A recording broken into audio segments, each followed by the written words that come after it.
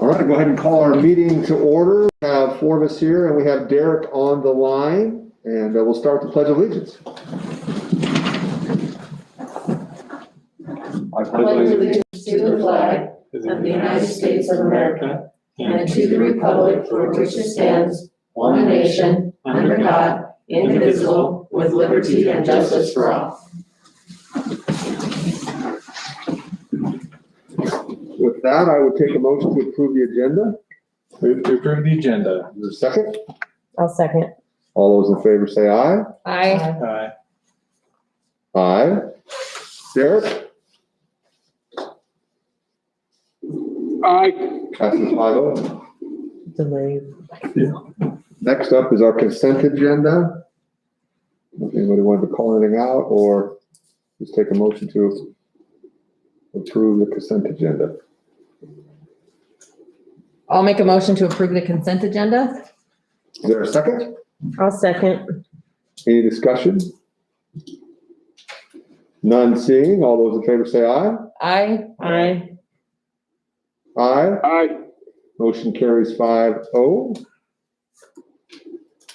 We will next go to discussion items, and this one is good news as we've been adding, and we're going to be talking about it a little bit later in action items, but I asked Lisa if she'd give us kind of a preview on it, because to me the good news has been our science adoption and the process they've gone through. I've heard from the street, I've heard talk through teachers and parents, positive things about it. It's been 18 years since we've had a new science curriculum adoption. So I truly believe that we're able to do this because of our levy passing in August. So thank you to all the patrons that came out and voted and supported that levy. To me, this is probably going to be one of the crowning jewels of that levy passing and going forward. So Lisa, if you could say a couple things that are not steal you away from the action items, but just kind of the feeling that we've got going.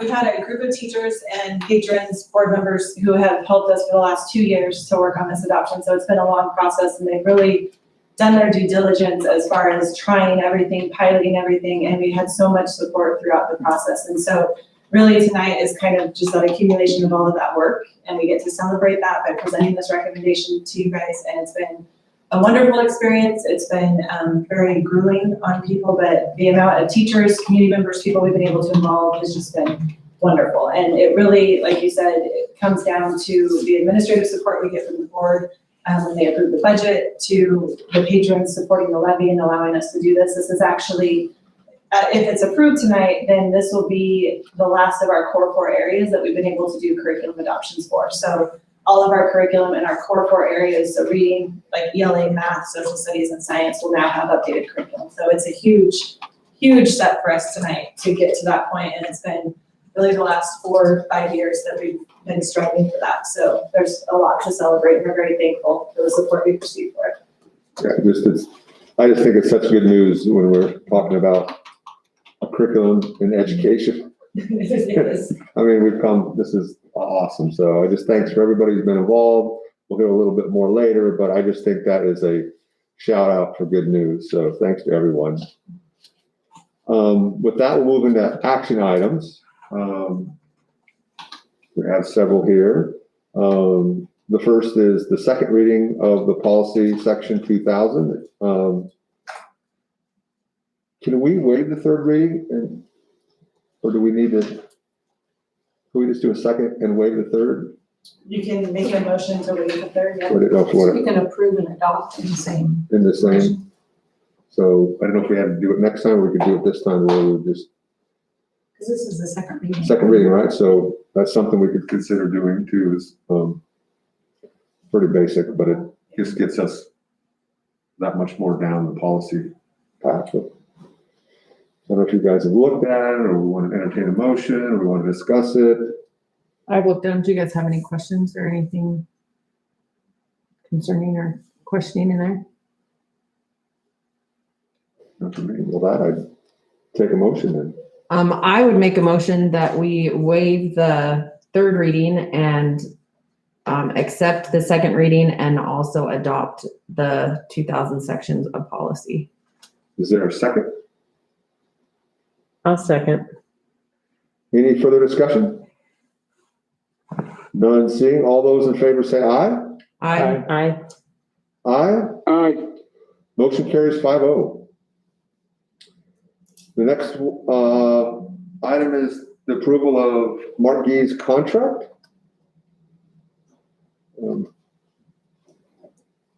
Thank you, Derek, for doing the work. Yeah. I think he just said I sure. think he said sure. Any discussion, or I'll take a motion? I moved to I'll make a approve. motion that we approve Mark D's contract. Kenny, since he wrote it. Is there a second? Second. Any more discussion? All those in favor say aye. Aye. Aye. Aye. Aye. Motion carries 5-0. The next action item is our discussion on the online school. Kristen sent out a survey to the 286 students, families that are on online school right now. She heard back from 52 of them. 16 indicated that they would like the opportunity to continue to participate in online schools. I think the ask here is to take a look. Do we want to take a look at doing an online school in parallel with our in-person schooling? Some districts have done that and been quite successful in bridging day-to-day school with online school, giving opportunities for kids down the road. It would be something we wouldn't approve tonight. It would be that we're looking at it to try to figure out what the cost would be. Is it viable? Obviously, we would get Mark's input on it as well. There was, been some discussion that this might give us some flexibility in CTE type stuff, and where we would be in Middleton, we would own the online school where we're not going on to somebody else. So right now, typically we have online. It would, before this year, it was one of the state school programs or something else. But I don't know what you guys are thinking about it, or if you guys want to have a discussion about it. You guys want to look into it further. I would like to discuss a little bit. I am looking at the numbers here. So we had 286 students that were online. 16 are the only ones that indicated they would like to continue. However, there's 11 full-time teachers and several more part-time teachers that have been staffing that. The ratio and the cost associated with it, my personal opinion, I think it was great for COVID, and I'm grateful for that we had that option. We're able to provide that during this time.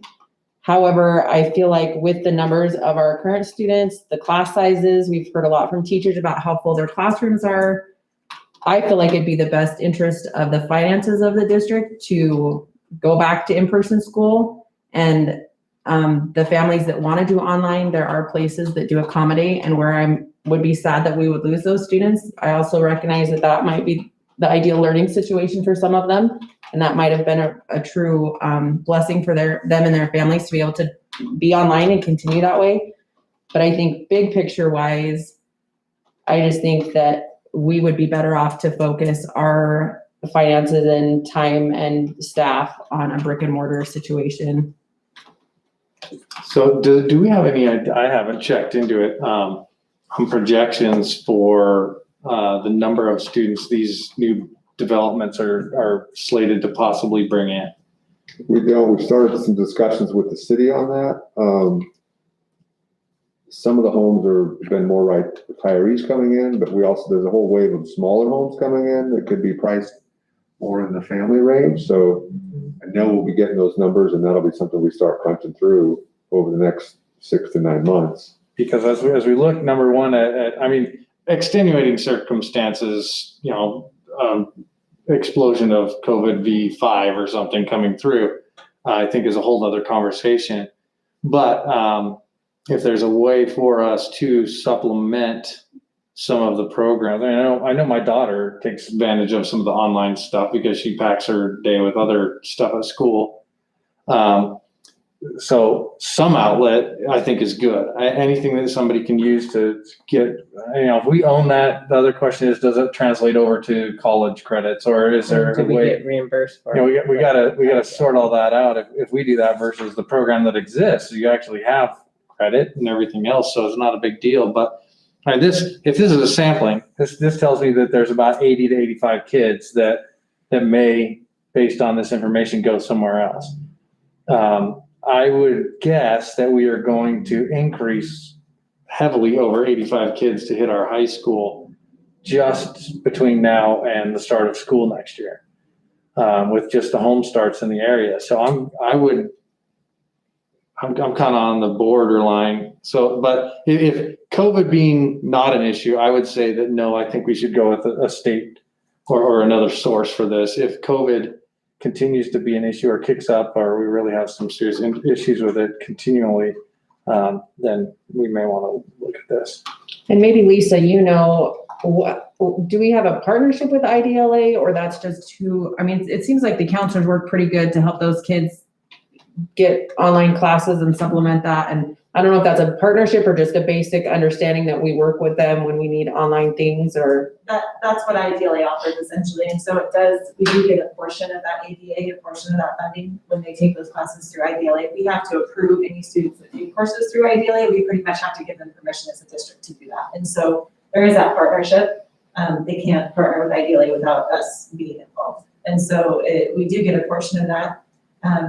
They now have their offerings all the way down. I mean, they are K-12 because of COVID, so they did bring on the elementary side last year as well. And so there are some more offerings associated there that weren't there before. They've also reduced pricing on some of it because of COVID as well. So they've changed and altered to help accommodate the need through this process. I just think that that's what they're good at. That's what they're built to do. Yeah. Yes. The level of education is higher in the classroom. I think we use offline, again, extenuating circumstances aside.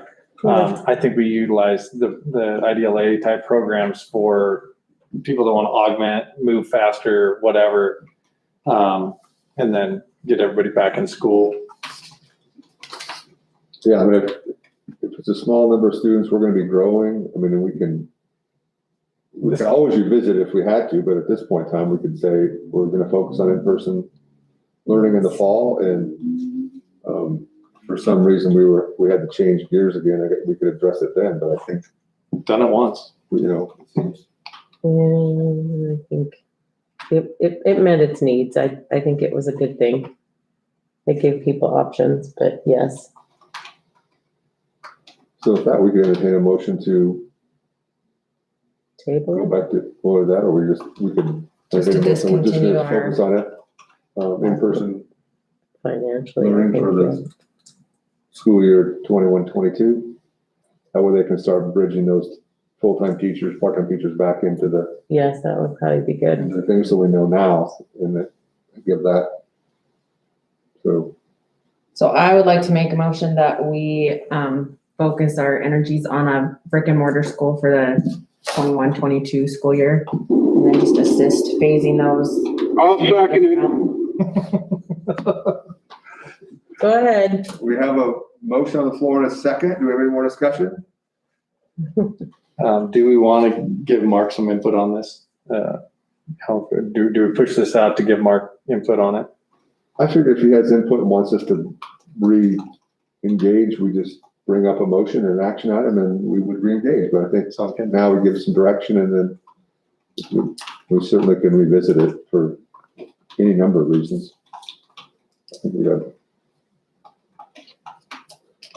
Any more discussion? All those in favor say aye. Aye. Aye. Aye. Aye. Motion carries 5-0.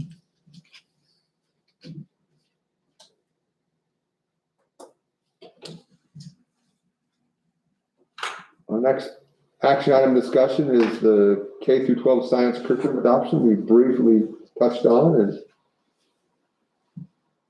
Lisa has the presentation on us of the. And then each of you should have received a packet, and included in that, I included the timeline of the adoption, so you'll see kind of what our meeting dates were over the last few years. And then also the recommendations from the committee with a little deeper information as far as each vendor goes, and then what some of the comments coming back from the committee were on each of those vendors. So that's what's in front of you. But really, we want to take the opportunity, like I said, to celebrate over the last 2 years the work that has gone in. And so kind of to start with, just to give everybody an understanding, why do we adopt? And really it comes back to finding a systematic resource for science. And so when we looked at this, we looked K-12. And so we're looking across the board, across the spectrum, really making sure that as a district, we can support the standards that the state is asking us to support. There was a shift in those standards, obviously, in the last 18 years. And so we have some shifts that we need to make instructionally, and this will give us that opportunity to do that. And so, like it was mentioned earlier, it has been 18 years since our last formal science adoption. And so, yay, yay that we're here. All of our adoptions, we work to align back to the strategic plan, and it really falls on two of the strategic plan that you as the board approve, and that's to provide all students the equitable access to rigorous curriculum, aligned instructional materials and assessments in all subjects and all grade levels. So as I mentioned earlier, this is actually, after this adoption, we have one more area to look at, and that would be CTE, and we would have a complete district refresh of all of our curriculum programs over the last 5 years. So we are sitting in a very good spot, especially compared to many other districts. So this is really the 3-phase cycle we use. And so when we talk about phase 1, which is really where we are tonight, it really comes back to that administrative commitment by the board in partnership with the superintendent to build a budget that allows us to do this. From there, we really look at the standards, we make alignments to the standards, and then we start looking at materials. We go through that process where we pilot a lot of those materials, and then we bring it to you guys for a final approval, that recommendation back to you. So that would be year 1, and that's where we currently are.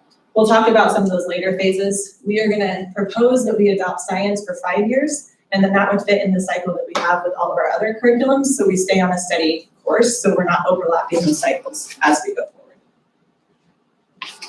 This is the process we share with the committee. This is the process we really follow. So this is our systematic approach to these adoptions, and this is really our steps. And so if after tonight, we're obviously on step 6, so we're making that proposal to you. If there's questions or things you feel like we need to go back to, we can always go back to step 1 of this and start again. And so that's the purpose of this, is to really show, here's what it looks like for us to do this. Here's the steps that we commit to you that we followed in doing this. And here's kind of what comes after we get your approval. So our committee consists of teachers, parents, and school board members. So thank you, Alicia, for sitting on there. These are the teachers that sat on the formal committee. What I would like to speak to is, because of COVID and because of size restrictions, we actually had many more teachers that served in this process. So we allowed all 612 teachers to pilot. So every 612 science teacher piloted and was involved in the process and gave us feedback. We allowed all K-5 teachers to, some chose to, some did not. We have what we call our curriculum leads. And so we have 18 elementary teachers that are part of that team, and all of them committed to the process. So when you look at this list, this is very small compared to who was actually involved in the process. We actually involved many more, up to about 40 more teachers, to 50 more teachers in the process of piloting these and getting their feedback. And just so you guys know, when she said piloting, they didn't pilot one. I mean, the 5th and 6th grade, 7th, 8th grade, I mean, they piloted so many. So if you could imagine doing lesson plans and then all of a sudden getting a whole new curriculum and trying to switch and trying to figure out if you like it. Yeah, and it went on for 2 years. So just know that those science teachers have put in, and then they had to fill out paperwork and review each one of them. It wasn't just, I don't like it. There had to be reason and documentation for everything. So it is very labor intensive. And we also, the state kind of threw us a little bit of a curveball in this process. They came out with the list 2 years ago, so we started with that list. Anything that was comprehensive, we had teachers look through and choose what they were going to pilot. We did that, and then at the start of this year, the state came out with an interim list, which they've never done before. Mm-hmm. So when they came out with that interim list this year, we once again went back to the drawing board and said, is there anything else on this list that you want to add to it? And they did. And so actually, I'll speak to 5th grade especially. 5th grade piloted everything, K-4 piloted, and everything 6-8 piloted. So they went through a very strenuous process just at that grade level to determine what the best fit with. And that's just one example of really the process we've used. So, and we stick very closely to those state lists. So the state sends those lists out, that guarantees us contract pricing. And so that's really what we look at as our options. This would be our parent, board member, committee members, and then Myself and Paige Goodson always sit, and we don't consider ourselves committee members. We don't vote, we don't offer input, we really just facilitate the process and allow the teachers, parents to really help guide that. Questions so far? So the committee came up with this vision statement, and this is really what guided the work. And behind this vision statement comes a rubric, which when you guys look at your packet, you'll see some rubrics that are filled out. And this is the vision statement that guides that rubric. These are the resource criteria we look at for all of the materials that we've piloted and reviewed. So Middleton School District provides all students with a rigorous and enriched standards-based science curriculum that develops a passion for phenomenon, science and engineering practices, and cross-cutting concepts that fosters successful 21st century global citizens. And so K-12, that's really the vision that we focused on throughout this process. And when we looked at the materials, these are really the 6 criteria we felt were most important. And so under those, there's different, when you look at the rubrics, there's different components under each of those, but those are the overarching pieces. So with that being said, here's our committee recommendation. So K4 is recommending mystery science. It's something we've utilized for the last few years. It was something that we could afford to purchase and give K5 an opportunity to have something for curriculum. K4 would like to continue with it, purchase the subscription, and then they now have what they call mystery boxes for all teachers, which will allow the hands-on opportunities. So each teacher each year would get a mystery box that has all the supplies they need to teach the lessons and really do those labs. And so that would be their recommendation. 5th through 8th are going to align. So 5th grade has chosen to align with 8th grade to really up the rigor of our 5th grade student science curriculum. And they're going with Amplify, digital licenses, lab kits, and supplies. So same thing with Amplify, it sends a kit for each unit, has all the lab supplies. Teachers will get refreshes on those throughout the cycle of the adoption. And then 6 through 8 also had some other lab supplies they felt were important, and so we're building in the cost for that as well. 9 through 12, we actually aligned very well. And so when you look at our core 4 areas, we're gonna go earth science, biology, chemistry. Our environmental science, oceanography is really where we get some more of our chemistry and physics standards. And so they've gone with what we call HMH. They want digital licenses and then a small amount of textbooks for the classroom and then some for the library for students to check out. So that's what they're requesting, along with lab supplies, which I have down below. And then for anatomy and physiology and physics, McGraw-Hill offers some information that's better aligned with some of our college level courses. And so the anatomy and physiology is actually the college text that is used for CWI, which is where we're aligned with dual credit. So we've gone ahead and aligned with that. And then physics also aligns with the dual credit we offer there. So digital license, same thing, small amount of textbooks. And then you'll notice when we get to the pricing on lab supplies, there's quite a bit for 9-12, and that's so none of the high school curriculums come with those kits. So we really have to go through, determine what our needs are, and then figure out how we can support that through the life of the adoption as well. Were we able to figure out the dissection piece? Yeah. And it's included in the Yeah. cost here? Okay. It is. So when we look at how we're gonna allocate funds, this kind of gives you just grade level by grade level what the breakdown is coming in. And these are our quotes. We're still negotiating, for instance, shipping and professional development. So these are ballparks, but I would say these are high. We've put these in high, so I would expect us to be under that as we finish. When you go back to what Alicia just asked, those lab supplies, that's for the high school, the academy, and the middle school, we're looking at about 55,000 is where we're sitting, and we're working through how to contract that out over the next 5 years to ensure that those lab supplies continue to come. And part of those lab supplies would be things like the dead animals they need for dissections and chemicals, and figuring out how we can contract that so we have. That's the farm just the other day. Just Can't be that hard. Just go down the road. Get a lot cheaper than that. So I think one thing I wanted to speak to is grade 5. You'll see that it's a little bit more expensive there. The reason that that would probably jump out at you is because there's a consumable that comes with that. And when we talked about Amplify at grade 5, it's not built to just be a one-on-one laptop program. When it comes to 5th grade, they really need the tangible. They need, they're still learning to read, reading to learn, working through that. And so as a committee, we felt like that consumable was important to include in that cost. And so that's what bumped that up a little bit higher than those other grade levels. Questions on this? Okay. So what we'd like to just share is now moving into year 2, here's what you can expect from us. So we'll provide the staff development. We'll continue to do that, the written curriculum alignment, K-12. And then we'll make those necessary adjustments, and we'll continue to make those adjustments through the life of the curriculum cycle. We really try to make it very clear that we don't necessarily just rely on this. We look at the standards, we figure out what resource best matches, and then we adjust as we go over the next 5 years. So that's what phase 2 and phase 3 will continue to look like as we continue. So are these commitments year to year? Are they longer term? No, so when we go back to here, this is actually a 5-year cost. Okay. So we're gonna buy through 2026.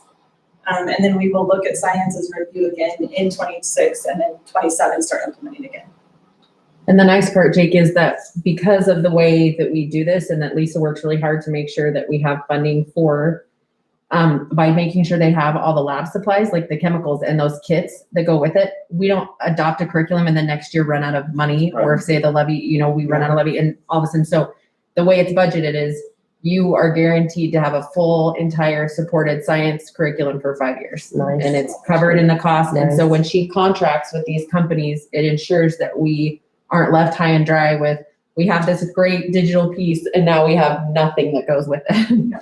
So they work really hard to make sure that that's the case. And so that that for the next 5 years that they're going to get really good. And you'll also notice, just so you guys know, on the bottom of here, on the bottom of some of these, you'll see like comments like, we loved this except for it was maybe lacking in this area. Like Mystery Science just got bought out by another company, and we know that they're going to be making changes and additions. So there's things that they're like, let's revisit that. And there's other budget monies that they can use if they need to supplement, or, and they'll be having those discussions. And that's what's really neat about after they get the curriculum is to watch. I mean, we've kind of done it with math. I don't know if you guys do the math corner or have seen any of that. What is it called? You asked me, and then The math calendar. You know what I'm talking about, right? It's okay, you're up there on the Anyways, spot. That's what happens. Anyways, that was a supplemental piece that came after. Number because- corner. Number corner, yes. The math calendar, that's what it is, number corner. Because it filled a hole. So they already know that nothing's perfect and they like the majority of this, but there still might be, as they work through it, there might be holes or things that they're like, yeah, this area is still lacking. We need some more vocabulary. And then they'll have those discussions to bring on that stuff. Changes. Well, and that's why a lot of them went with digital pieces because you're guaranteed yes. the latest. Well, You're that is the updated. nice thing, like with Amplify, HMH, they are built to be one-to-one programs. They're Nice. digital first. And so when we look at that, that is something that we know, and you'll notice in the comments we made on your documents, that we really negotiate enhancements in the product as well. So then if they come out with a new copyright, then they'll trade that out with us. Nice. So through the life of our contract with them, we really try to negotiate those terms. So then we do have it refreshed every year with whatever the company refreshes as well.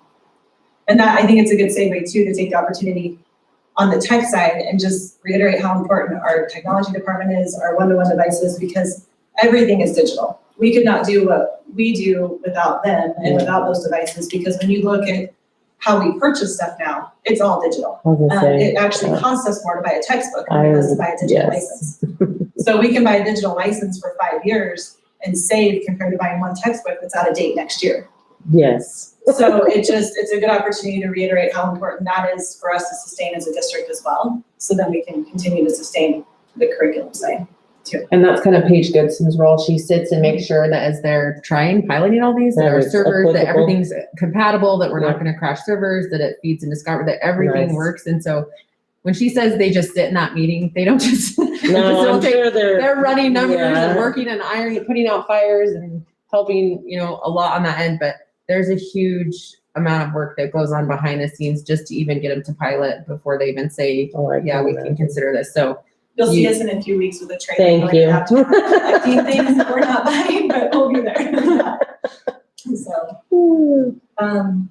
So then we'll do that. And I just wanted to give you guys kind of a preview of here's what we already have planned for next year. So we know right now we have a day this Friday where we're going to start with some of our science units, continue the work that we've already done. So they'll already be starting that process to prepare for next fall. Come next fall, we've already have companies scheduled that we need company feedback or professional development from. And then also we're training the instructional specialists so we can provide that next August as a kickoff, make sure the year starts well. We'll have a follow-up in October, and then we have a few other district-wide days next year. And then based on the need and where we can evaluate where we're at, we'll figure out what we implement there. And so that's just our commitment to year one when it comes to the staff development and really making those adjustments to the process and the implementation. So like I said, it's not, we're done this year, we're gonna move on, but it's, as we look to next year, we're gonna be looking forward to math, and we're gonna start our math work. We're gonna still be continuing our ELA work. We're gonna continue our science work. And so it's really just an ongoing cycle that we follow through on all of those processes. So there's a lot of work that goes behind the scenes, and the teachers have done an incredible job of sticking with us and really supporting it. So, That's good to hear. and that's my presentation. Thank Do you you. guys have any questions? No, I'm excited for it. We are. I like science. We wrapped up the meeting last time, and there were people, I'll speak, there were people that wanted to get teary-eyed because it has been a long process to get to this point, and we are just very grateful that the levy passed and we have the community support behind that curriculum, and then also the board superintendent support to continue to follow through on these adoptions. So we're very excited. So the fifth grade teachers, I mean, sounds like they're up in the ante on their kids. Yeah. I mean, a shout out for them to take on that more rigor. I mean, that's what we need to go. And so, I mean, I know the work, everybody did so much work, but I mean, for the fifth grade teachers say, nope, we're gonna go ahead and launch them into this That's awesome. middle school stuff to prepare them I think that's. Well, the part that you didn't hear that I wish everyone could sit in the room and hear is when you ask these teachers, like, okay, what was your preference? What your top two? And they're like, we like this and this, but we're going to do whatever this grade needs us to do for their kids to be successful. And it wasn't like that for any single grade. It was every single grade saying, what do we need to do to support them? And that's where, I mean, That's fourth nice. grade is like, we like this, but if we need to, what do we need to change in ours to make sure that they're to help fifth, and fifth to transition to sixth? And they're very much aware of just a team player and that alignment piece of how are we going to help get these kids ready. There was a shift in state assessment, what years the kids get tested. That threw a wrench into things too. Like, okay, is this product really going to get them ready to be tested? Because now they're going to test them in fifth grade and not, and so there's a lot of other things besides the cool pictures. Well, and I mean, there's been policy shifts we've had to make with our graduation requirement policy. I'm sure. There's been, and it's all because the state does make these shifts, and now we can speak to the high school level. We're gonna test all of our students at the 11th grade level. Well, currently we weren't requiring that to have science at the 11th grade level. Oh, wow. So now they'll be able to take science. We'll make sure we align with those standards. Our teachers are doing that work. So it's fun and exciting to see those refreshing things come through, and really what's best for students, so. Just the No, teachers it are is. so supportive of each other. They That's really awesome. just, That's good. it was neat to see. We have come a long way with the vertical and horizontal alignment conversation, and it's fun to watch. Awesome. Hmm. Any more questions of Lisa? Thank you. Yeah. Yes, thank you. Thanks, Thank Lisa. you, guys. So with that, I would entertain a motion. I'll make a motion that we adopt the K-12 science curriculum recommendations. I'll second. Any more discussion? All those in favor say aye. Aye. Aye. Motion carries 5-0. Our next topic of discussion is, for lack of a better term, we call it our COVID reopening plan. We've been open since October and November. But we felt it was time to revisit the mask mandate that we had in place and discuss opportunities to make any changes if we felt that was appropriate at this time. So I know we received quite a few emails and a few phone calls. I would say in the numbers that we look at, I would say in the name of 80% is probably the people that wanted to have them, recommended or optional, have that choice. In the 20% so that I went through, they felt that we should have some type of, not just opening it wide open, possibly having a specific classrooms if there was somebody who had somebody at home that was compromised or had a specific reason to require masks, either maybe in a department setting or in a per class setting. The worry of making it to where a teacher had that control would put tremendous amount of pressure on that teacher to make that stand. However, I do think, I think that's in the name of grace. I think that it's such a complex issue. It's not black and white. So I think if we can craft something that makes sense and we can live with, that would fit, I think that this would be the time we could take a look at doing something like that. I don't know if So you guys- where do you go to reword that? Is there a specific section that we? Well, I've looked at the plan and and I've looked at some other schools' plans online. And if you look on the first page where it says identified stages, that's kind of where we address the face coverings. It says Middleton School District asks that employees and students wear face coverings during school, period. I would suggest saying Middleton School District recommends that employees and students wear face coverings during school, but not required. It still has down there during such times, it still gives us the option to mandate masks if we need to. I also found some that I liked it, and it says we're gonna add, they're not required, but we can come up with 2 exceptions to that recommendation and add that on the end. And exception 1 would be that teachers may choose to require masks within their individual classrooms. And in an effort to support the teacher with that, there can be some, a policy for noncompliance. The noncompliance policy that I saw, it's a little harsh, but, first infractions, parents are notified, they have detention. Second infraction, parents are notified and they have in-school suspension. Third infraction is removal from classroom and out-of-school suspension. The next exception to that is that masks would play a part in the process the school follows regarding students who are exposed to COVID-19 while at school.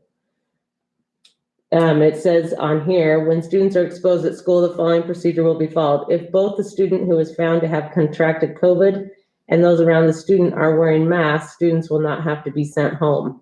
Students and staff with positive COVID tests should continue to quarantine, blah, blah, blah. If a student is exposed to another person who is positive with COVID at school and this student was not wearing a mask, they may stay at school if they are willing to wear a mask until the exposure period has passed. So that's an option. But I don't know how we feel about that. I have a hard time in elementary if the teachers are able to choose. I don't. Yeah, because well, if the kids- and those infractions would not be very applicable to elementary. Well, I just feel like, what if we just said, they're recommended but not required. Mhm. However, if out of respect, if your teacher is doing one-on-one work with you or in that close proximity and asks you to put a mask on, that you put a mask on, like just still have them carry them on themselves. Mhm. And if not, Yeah, I think at the elementary and the middle school, I think it's, I like that approach. At the high school level, I wonder,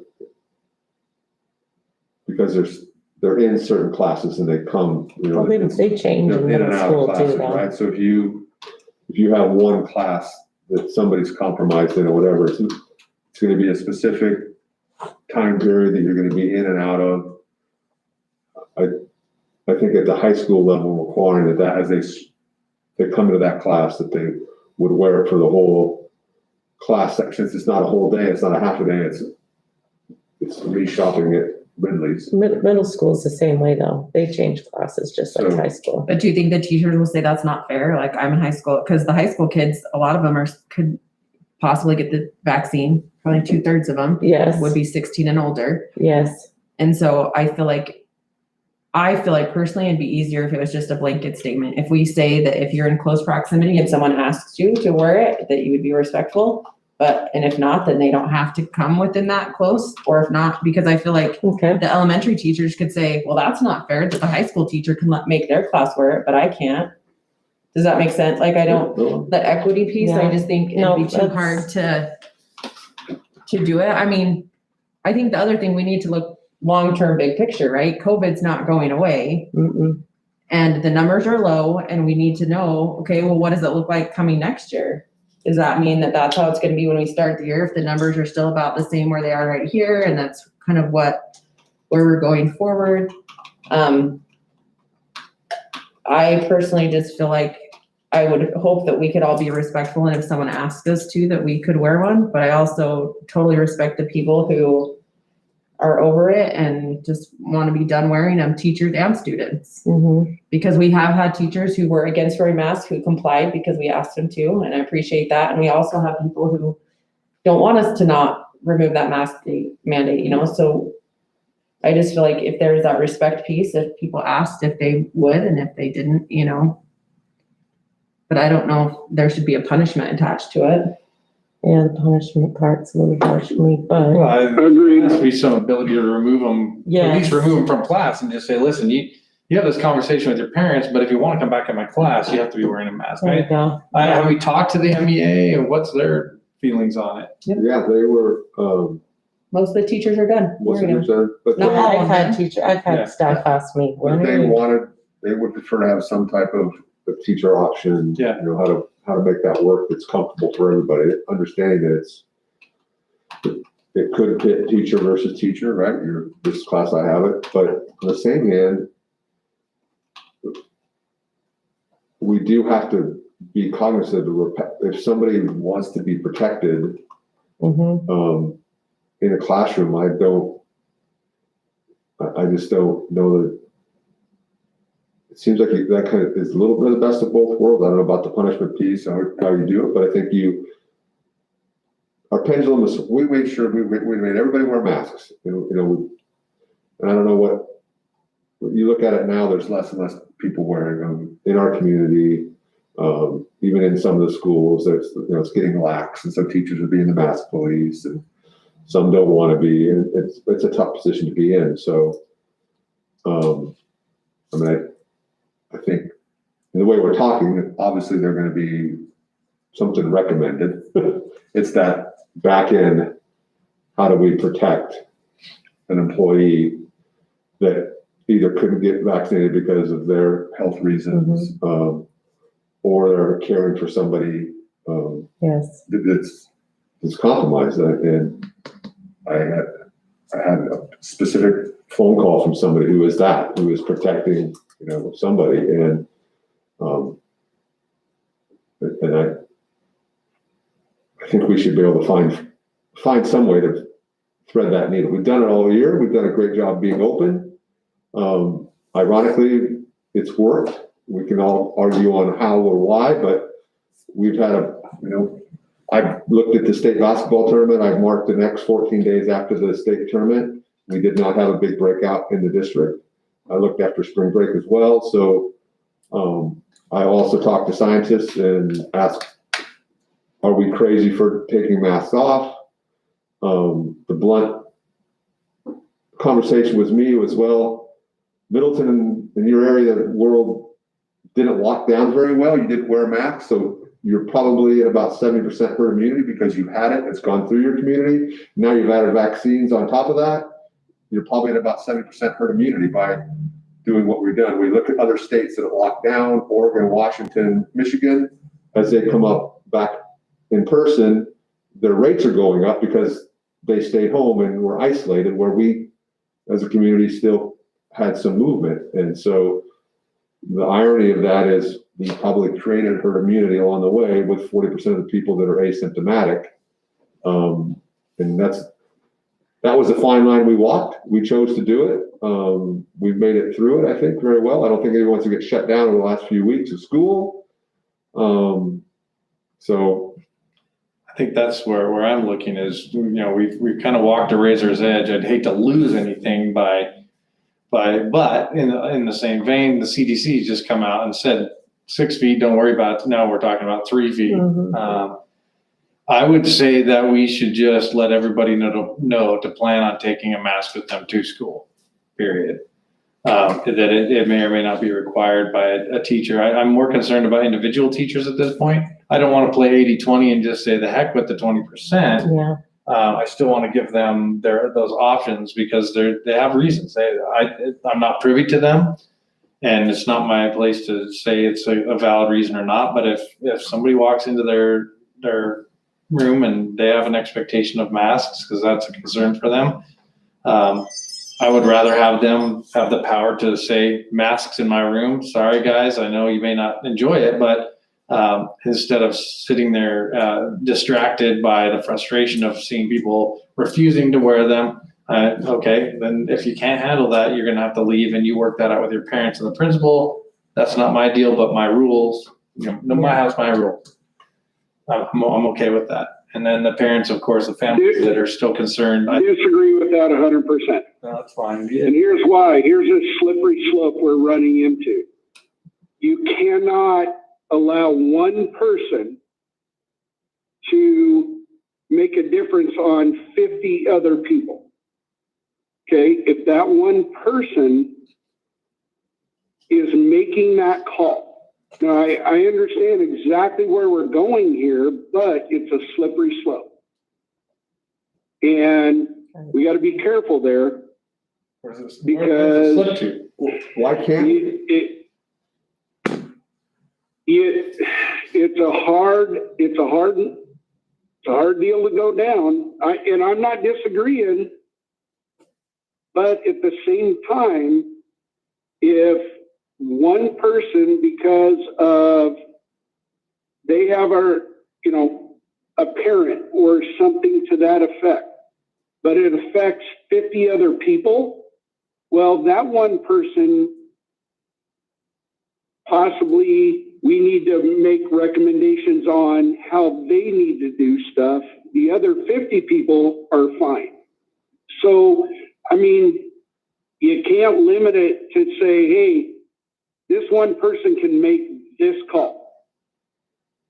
So Derek, what borderlines on a slippery slope. What do you think? Well, no, I guess I have a hard time with it being teachers too, because Yeah. I mean, especially just in the I elementary, hear when him. you have one class, but my best friend's class doesn't have to, and I have to wear a mask. Yeah. Our teacher's gonna be calling the principal and be like, I want my kid out of this class because no one else is wearing Yes, masks in this I class. do worry I about mean, that.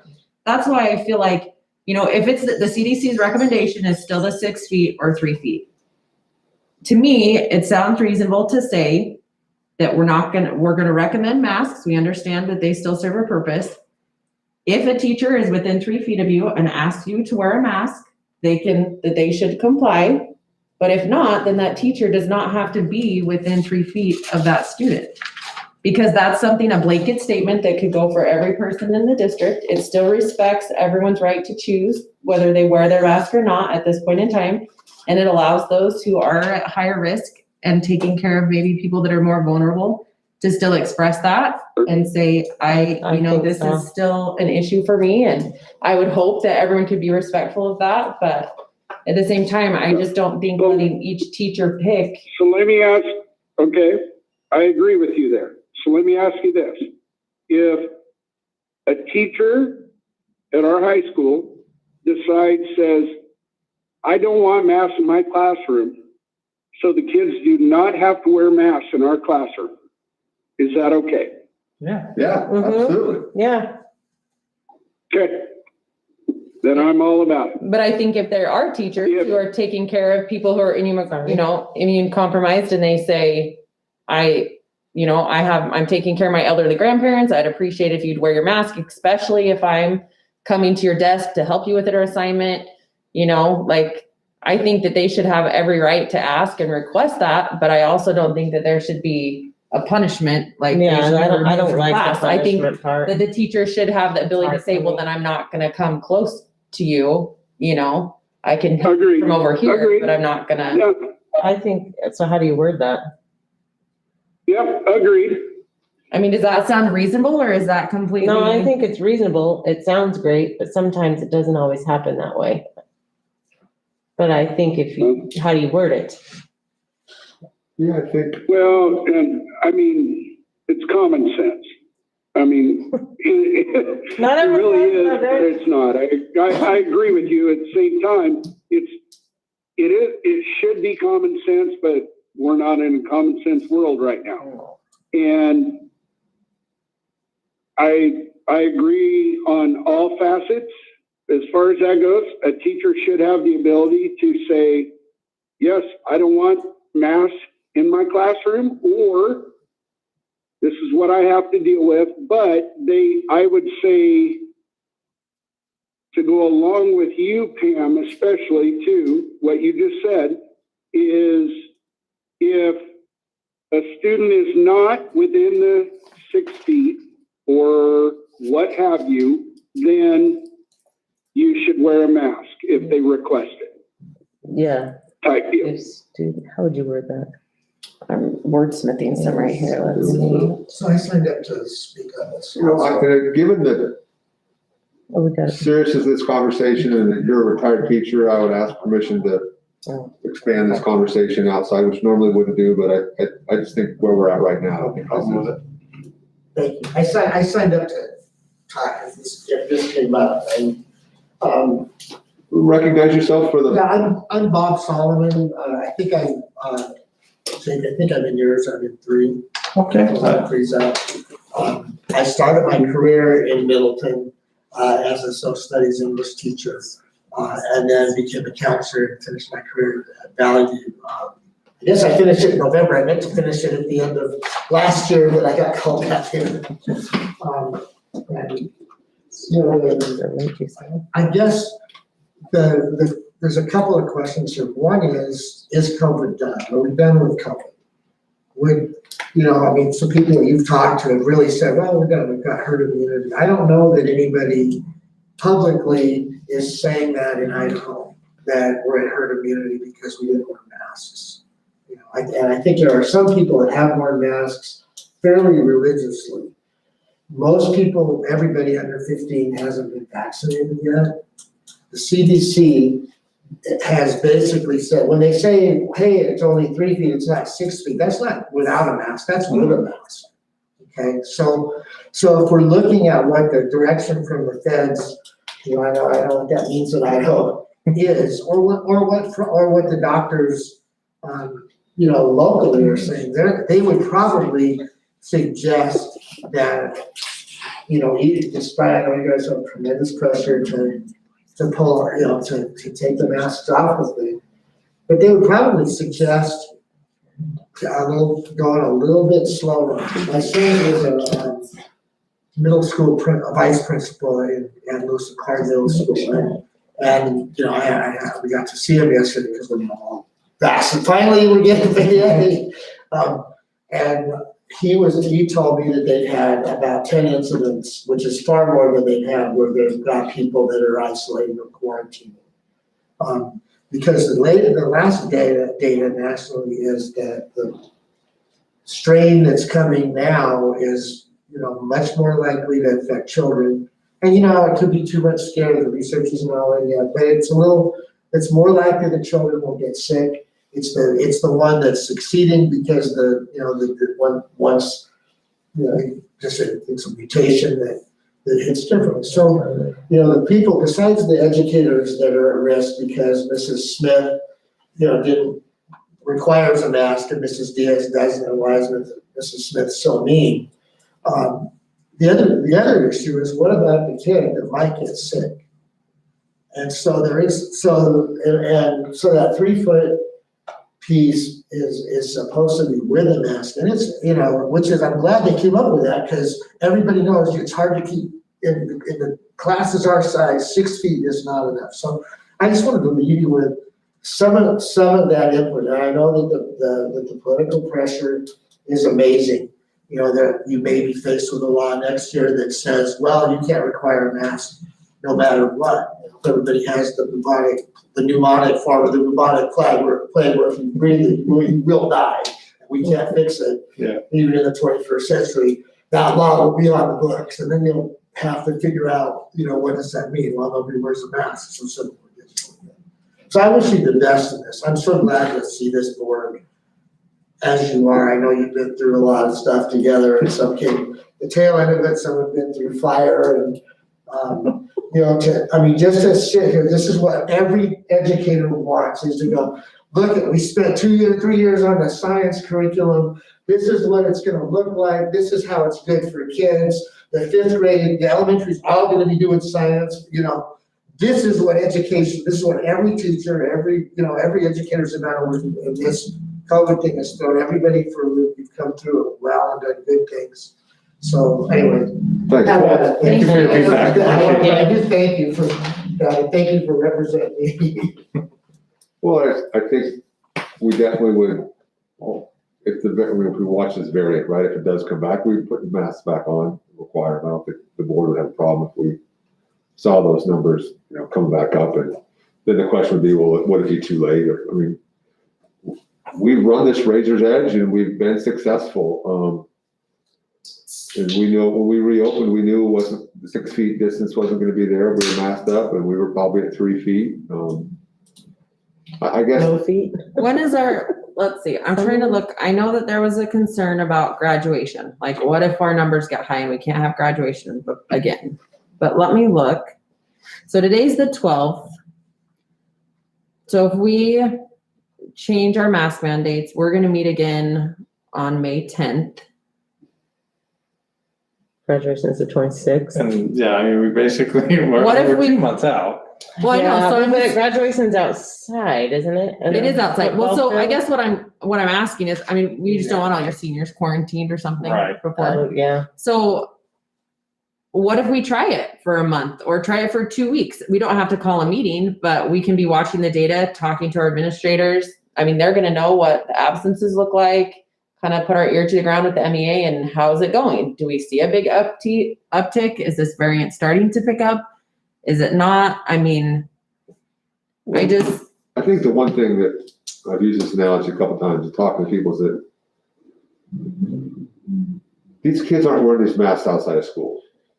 There are very few are wearing them. I see them all over and together. And so basically, it's like we have a 35 mile an hour speed limit, but everybody's driving 55 miles an hour. Well, at some point in time, you don't have a 35 mile an hour speed limit. So I don't think that we can't look at these kids in school wearing masks and like we're not at a hospital level. We're not at compliance, and so I think taking them off or making them optional is certainly reasonable given our community and what's reality is. To me, it's where is that protection for that teacher? That's my hang up is where I mean, I'm not worried about the kids. I passed no less than 12 cars crammed full of teenagers, none of them wearing masks on the way here.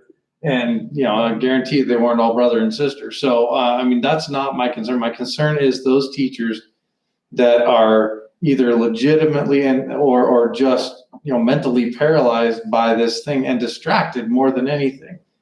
And that's my concern is for us to say, hey, I'm sorry that you are concerned about this, but the kids can do whatever they want when you've got an adult in the room who's supposed to be the one that's giving direction, that, we're teaching these kids how to respect and follow direction. And we're just saying, what, kid, if you don't want it, you don't have to.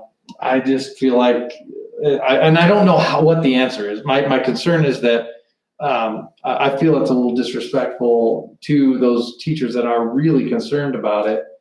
And bonus, right? I mean, and to your, argument, Alicia, I'm looking at the high school level. Like, hey, Mr. So-and-so is not going to let us, so it's a break next period, but Mrs. So-and-so afterwards is going to make us. That's cool. I mean, I don't think the high schoolers are going to have a big issue with that, but the elementary school kid who's stuck in a class all day with a teacher who says that you have to versus the one who doesn't, or the family that's done and just done, who is just tired of it. I don't know. I don't have an answer for it except to say that I'm okay if a teacher says, hey, you got to wear it. I don't know how to solve problem B. So what if we put in some wording? So if we remove this part where it says,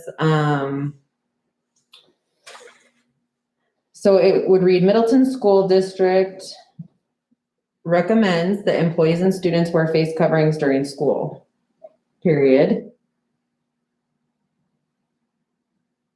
However, if, I don't know if it should say student and employee or employee or any person comes within any person. I don't know how to word that part. Within 3 feet or 6 feet and is asked to wear a mask, we would ask that they would comply. Respectfully comply. I would say we require them to reply. Yeah. Ask. But then you have to put in, if you Yeah. require, then you have to put in, or else, blah, blah, blah, blah, Yes, you blah. gotta, if you require it, Right. consequences, I think. I worry, I wish we could just say everyone's gonna be respectful. If someone asked you to wear it, they would wear it, and that's how it's gonna go. But we know that doesn't happen. But I also wonder, I'm curious to know how much education and teaching time has been lost because we've been babysitting the masks. Oh, I Mhm. disagree. And so I think at a lot. what point, Agreed. I mean, at what point do we say everyone's got to do what's best for them, right? Like me having a mask is still better than having me and no one else in a mask. Ideally, it would be me in a mask and everyone in a mask, but I could also be vaccinated and in a mask, or there could be a few vaccinated. I mean, I just don't think that we're going to come up with a perfect situation. No, Some people are going to be upset no matter what we do, but whatever we decide to do, it needs to be consistent and it needs to be enforceable across the board, the same, no matter what. I just don't have a problem if you say, if I'm teacher A and I say, posted on my door is, I want you to wear a mask in my classroom.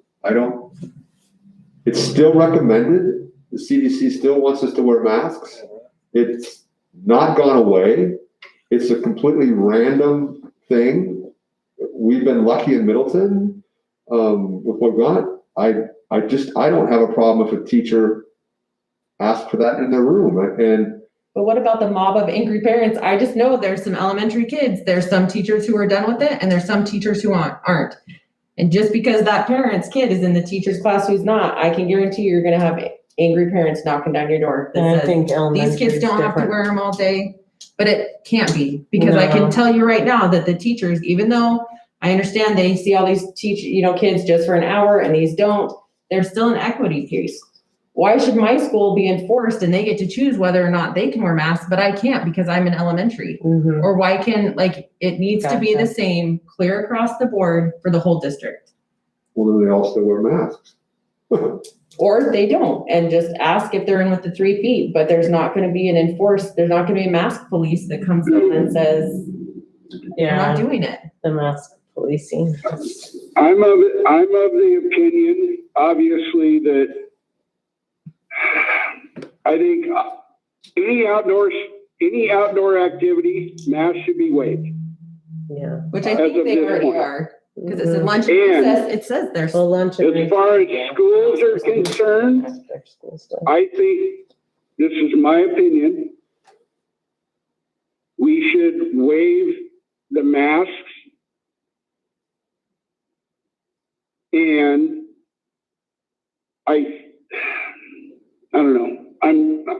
I'm trying to look at the very bright side of things in saying that you're going to have certain scenarios where there are immunosuppressed people that are very, very adamant about it and stuff like that, I don't know how you word it is the only thing. I think 90% are done, but there is 10%, without a doubt. And we need to look at that 10% as well. I don't know how you word it to make it. And Alicia, you're absolutely right.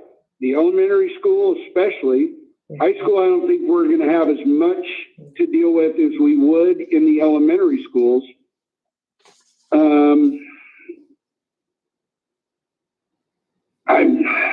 What if we did this in phases? What if we started now with, we would give the teacher the option in their classroom. We see how that rolls out. We see, Oh, I think you'd still have issues at the elementary. I really do. but then let's have a meeting I in think you would. a week or 10 days to see what the reaction is. Get the actual number of teachers that want to require that. Have a meeting with them and say, okay, what's workable? Is it 6 feet? Is it 10 feet? Is it, absolutely my classroom only? I think we're a little bit guessing on how many that would be. I'd like to take some action tonight so that we move something forward. I would certainly, if we did it in phases where you did it by classroom, and if that took care of 90% of the teachers, and then schedule a meeting to look at it in a week from now or a week and a half and talk with those teachers that require them in their classroom and craft something specific. If it's 3 feet, 6 feet, 10 feet, front row wearing masks. I just hate to open the floodgates and just cross our fingers. I don't think it's a good way to go about it. I don't either. I also think they could figure out a solution. We wouldn't have to, like they could. I don't know. I just think all the kids run around with each other anyways. They don't have masks on. They've been together since November. They've been January, December. We're not introducing a ton new people. Most of them don't wear their masks. The elementary kids are not 100% wearing it. It's not like they're gross, disgusting. They're disgusting. They're slobbery. They're covered in snot. They're nasty. They're probably dirtier than if they didn't have them on. They're touching their faces. I guess I'm one of those people that's done, and I respect the people who still want to wear them. And if I was asked to wear it, I would wear it. And that's where I feel like, at what point does my freedom start and yours stop, right? Like everyone needs to be able to have that choice. And that's where I feel like if a teacher is one of those high risk immunocompromised people and ask them to wear them, like, why can't we try that for a month and see what happens? And if the numbers go out and everyone gets mad and it's angry, then we'll revisit it. And if they're really mad and angry, then we'll revisit it sooner than that. But those teachers, are you saying asking to wear them in their classroom, or what do you? No, within their comfort level. So if they're 6 feet and say, if I'm going to come within 6 feet of you, I'd ask you to wear it. If not, I mean, in high school, that means that if none of my kids are wearing masks, then I'm going to teach from right here and I'm not going to go to any of your desks. Then that's their, But what if their comfort level is the room? What if you said this? What do you mean? That they want their whole room? They can ask, then it's appropriate to ask the students to wear them, but it's not appropriate in my mind to ask and then say, and even though you're sitting clear over there and you're not having a mask on, I'm going to kick you out. Yes, okay. Here we go. I'm going to sidetrack you for a minute. What if we said, we would request that parents and students respect the concerns that teachers share. If student and staff member are within a 3-foot social distance, we ask that a mask be worn while interacting. I like that. I like that. Floodgates are pretty open on that one, and that's. But we can still close them. The kids, everyone's been running around together, you guys. It's not like when we had them at home online and then brought them back to school. Kids. I'm not, my concern is really not the kids. They're not the affected, demographic. They're not as impacted. I'm assuming too that teacher is still going to have a mask on. So it's not like I'm saying, and no one wear masks and everyone take them off. We're just giving them the choice. We're still recommending. I just found an article today that said nearly 80% of teachers, school staff, and childcare workers have received at least one shot of the COVID-19 vaccine. That's from the CDC. So I think people are more vaccinated than we think. I think there are more teachers that are done with it than are not. Oh yeah, but we're not working. Honestly, that is. I mean, I'm not saying that there's not the teachers that still have immunosuppressed issues, yada yada yada. But there are more teachers that would really like to go back to teaching their kids in a normal environment. So they can see their face. We need to give them the opportunity to do that. Well, I don't think there's any discussion about that. I mean, if that we agree on, it's a matter of the 10% or less that we're trying to create a protection for, and how do we do that successfully? Which I like what Pam had. If we try it and it doesn't work, we can always fix it. If we're getting calls from principals and teachers that are saying, this isn't working, we need more guidelines, we need stricter. I like that. Absolutely. So somebody who's, Because this is a moving, breathing document. We've said that Yes. from the very beginning, that it's absolutely. changeable and. so what you're saying in a classroom today that's requiring masks, and some teachers still are requiring masks and fairly successful into classroom level. We're saying tomorrow that nobody has to wear a mask. No, we're still recommending Unless- them. We still I- recommend that I know, employees and students. Nobody has to wear a face-to-face. mask. That's what's gonna happen. And now the teacher's gonna have to say, have your mask available if you're within 3 to 6 feet of me. If they want them to. I'm sure that there's if there's a teacher, I told my kids, if a teacher ever asks you to put a mask on in their class, regardless of where your city, doesn't matter, that you wear it. Yes, We even would hope before that- we We mandated would them. hope that that would be the been case, told that, but but to write a blanket statement that is the same across the district for every teacher and applies equitably to every grade level. I think the It's too 3 foot is cumbersome. probably, yes. So I feel like starting this way, it Yeah. gives us something that's across the board, equitable to every teacher at every grade level in every building. It still allows for free choice on both sides, wherever they sit on the mask issue. But it still allows that person who is extra sensitive more choice to say, and I'm asking you specifically because if you want me to come into your space, that you put it on. Because there's still that 15-minute thing too, right? Yep. Yep, no, Yep. no, I just, the problem I have is that now you talk about wasting teaching time. Now in this non-classroom setting, that teacher has to be, and we know it's a minority. We know it's a very few amount of teachers that want this to happen. We know that most of them don't. So the ones that are minority, I'm struggling with why we can't say that you can't require a mask in their classroom. And if they choose not, if they say, oh, nope, I only want the first 2 rows, but we empower the teacher that could have a note on their door that said, in my classroom, I would ask that you wear a mask. I just don't think that's a huge hurdle. I still think they can. What I don't Yes. think is appropriate is for us to put something in policy that says, and if you don't, then X, X, X, and X. Yes. I don't care if I'm not teachers put worried it about on that it, XXX. but I also think Yeah, I that don't like that. if they have the note on their door and a kid or a student chooses not to comply with that there's not repercussions for that. Yes.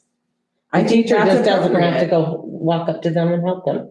That's their right to just not help. That's their problem. Yeah, I'll help you if you put a I mask. struggle with that because I think that part of that is, you're putting a kid in a position that we've already ran into where some parents were literally, hey, kid, you tell the adult that's supposed to be the authority figure that you don't want to wear your mask. Right?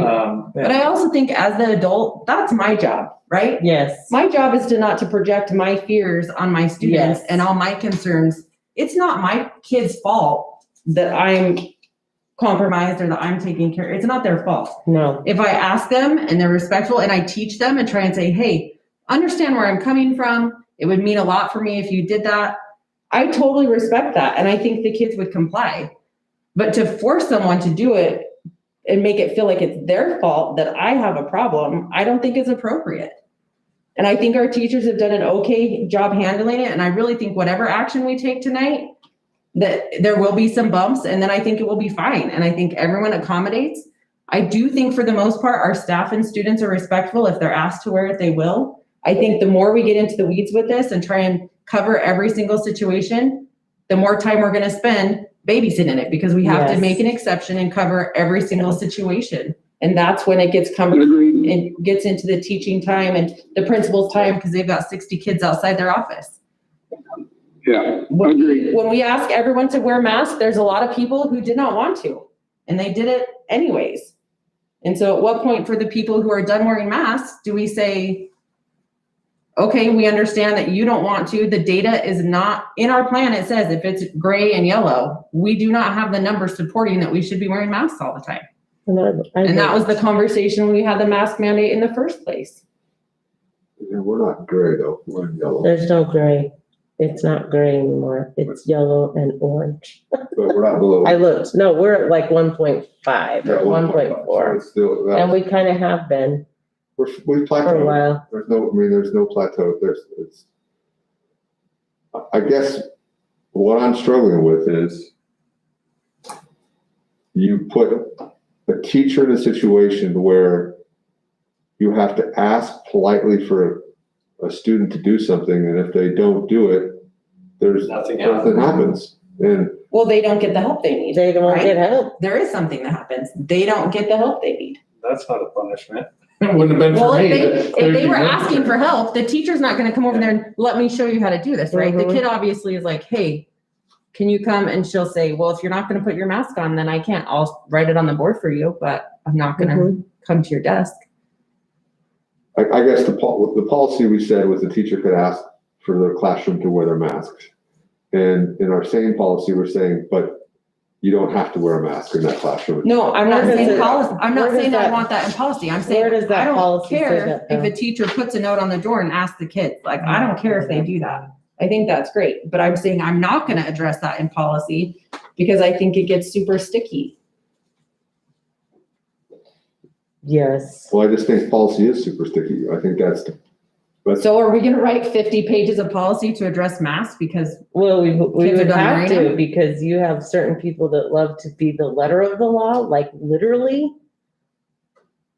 And then you have people that, can evaluate and look at it and go, okay, what's going on around me? And then I'll apply that policy.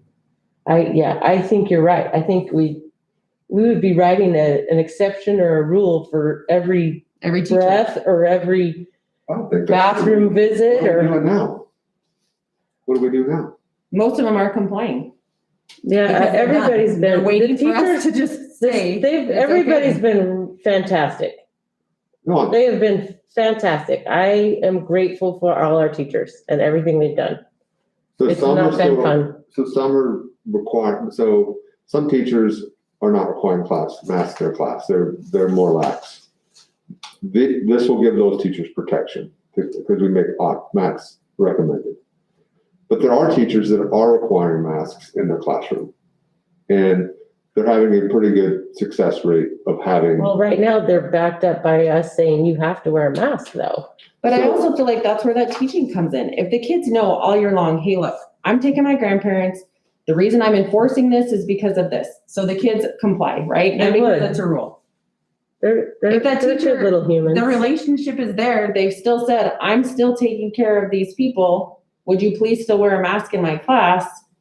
I mean, yeah, you might still get some pushback, but I don't think it's gonna be any different than it was before we mandated masks. What's Those that? same teachers were still asking kids to wear masks in their class even before we mandated them for the same reasons.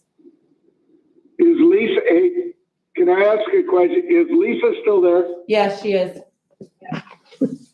Lisa, what's your opinion? Taking the fifth on that one. Taking the fifth there. You're a smart girl. So my question is, right now, in our policy as it states today, if you don't wear a mask, what's the penalty? You will go to the office and be sent home. Just go. I will, Which is wrong. I can add something. Okay. Derek, here's what I'll add for you. I think whatever you guys decide and determine, I think you want to be careful about the wording you use, so you're not pitting student against teacher, Right. teacher against student, or administrator versus teacher, teacher versus administrator. Yeah. Because ultimately, it's going to become all of their situations to make individual decisions on, because it's not clear on how we're moving forward. And so then we might have 25 different interpretations of how we're going to implement it. So Yeah, I think whatever decision you make, it has to give them standing, so you're not pitting those parties against each other and how they move forward. That's what I would. okay, so let me ask you this. If we did, so I'm a firm believer in the outdoor activities to eliminate masks. And then, but if we go inside schools and we said, okay, it's the option of the teacher Just to determine whether or not guidelines, whatever we determine those guidelines are, 3, 6 feet, whatever it is, that they have to say, like the sign on the door or whatever it is, that if they want masks in their classroom, then you have to abide by that. If they choose not to, that's okay too. I think it's the best fit to move forward. And then, because it's black and white, they're on or off. And we can revisit it if we have, if there's something in an elementary school, or there's something that's out of whack, that's not working, I think we can revisit it very quickly, within a week if we need to, say, Sure. this isn't gonna work. Sure. We gotta, Okay. we'll change the policy to give somebody cover. I mean, that's. Yeah. No, I get it. I think 90% are gonna go away.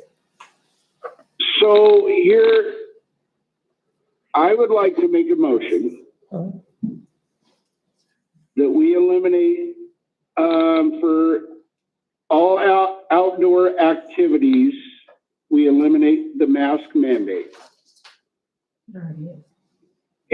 And for in-student school participation, that we leave it up to the instructor to determine whether or not they would like to have a mask in their classroom that follows the CDC guidelines, if it's 6 feet or 3 feet, on whether or not a student wears a mask in their class.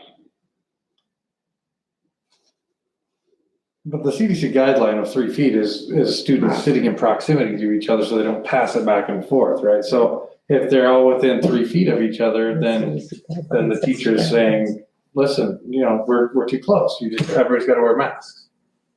And if we want to go that route, and we word it that way, that's the technicality of the CDC's decision. It's not that there's 6 rows and Jimmy in the back wants to get help. It's, hey, you're walking through kids spaced 3 feet apart. Listen, everybody's too close in my room. I want everybody to wear masks. So technically, we have a motion on the floor. And we can, if there's we have to have a second before we can discuss it. So, but if there's not a second, then if the motion dies, and then we keep discussing it for another motion. So, do we have a second? I'll second it just for further discussion. Okay. So Derek, already it said Yeah. that there's not masks outside because it says for recess or lunch that they don't have to wear them. Yeah, but we have the mask mandate, for athletic events and stuff like that. Idaho That needs to go away. Athletic Association, I don't think, can we do that? I don't think we can. Yep. I don't. Yes, we do. Can we? We can. I think it's by school, maybe. It's Yes. it's Spring sports for sure should not have to wear masks. They are all outside, I would agree. it's by the conference, because the conference rules, so they cannot let you be in the tournaments. I think it's It's by the conference rules. Ankeny sent out something about being by school. If you're at a school's venue and By school, they're by school. it's by school and they require you to wear a mask, then you need to wear a mask. Okay, so then that's the conference's, That might be the conference's agreement, Okay, it must yes. be the conference agreement, so. So Derek, I'm just clarifying. So all outdoor activities, no masks. Yep. And then you want it, so each teacher can dictate for their whole entire classroom whether or not that class wears a mask. Correct. I want to see where this goes. And I mean, honestly, and because I think, this is my personal opinion, that I think that you are going to have, you're going to have a lot of camaraderie there. And I think students are going to understand exactly what you said with the teachers that are supporting, let's say, an elderly parent or whatever that immunosuppressed, and they're saying, I want you to wear masks for this reason, okay? So But what, there's also the teachers that are done, that they want to go back to traditional learning and they want their kids not to wear masks and they want to go at it. so my only concern with that is, what about the 2 5th grade teachers who have classes next to each other, or 2nd grade teachers who have classes next to each other? And I want my kids in a mask, but the door next to me doesn't, and the parents are now mad that Mrs. Smith's class doesn't get to wear masks, but my kid has to all day. And that's not fair. And then the principal. Totally, I mean, that's where I feel like it should be an I individual. totally agree. I totally agree with you. My personal opinion is we abolish the masks altogether and go by the guidelines if you're within 3 feet or whatever, and that teacher wants you to wear a mask, go ahead. And you have to wear a mask. Otherwise, I think we should abolish it. That's my opinion. Well, the kids are all within 3 feet, so that would just No, mean I mean that 3 they all need to feet wear of the masks. teacher, not 3 feet of each other. Right. Well, that's not the, Correct. that's not what the That would be the guidelines. wording. Correct. I'm talking about, So it wouldn't be the Yeah. guidelines. It would be yeah, We're rewriting The the kids- guidelines. the kids all choose what they want to do. yeah.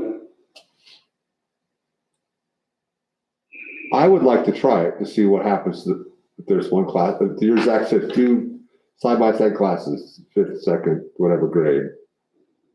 I'd like to see how it works. And I think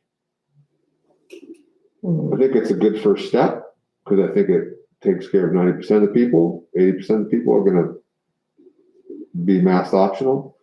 I think it provides a layer of protection in a classroom setting.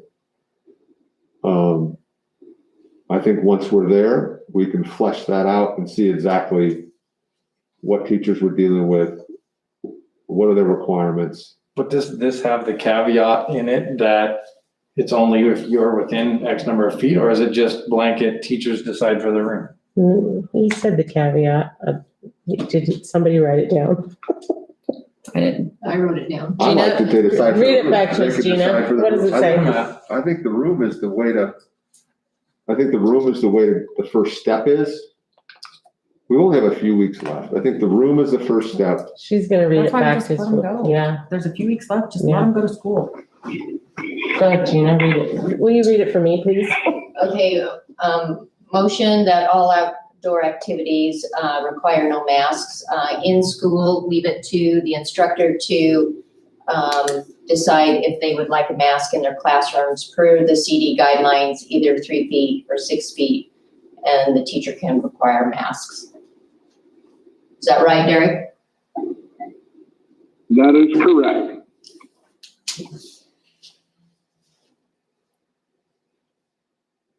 So does that, what we just read, say 3 feet, 6 feet or room? Did I read it that way? He Teacher said 3 or decides. 6. Just, I mean, it still says the teacher can Would it be determine more? mask requirement. So to me, as it's written, it's That just makes it even. 3 feet, 6 feet of the room.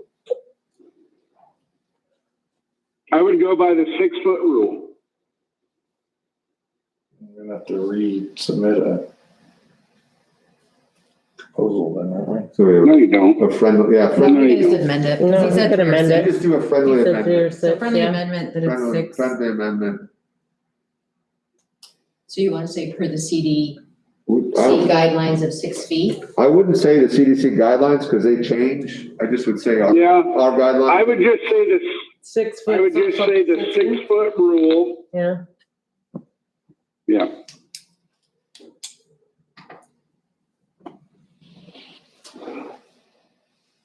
So you're saying the teacher could only require a student to wear a mask within 6 feet, not per their room.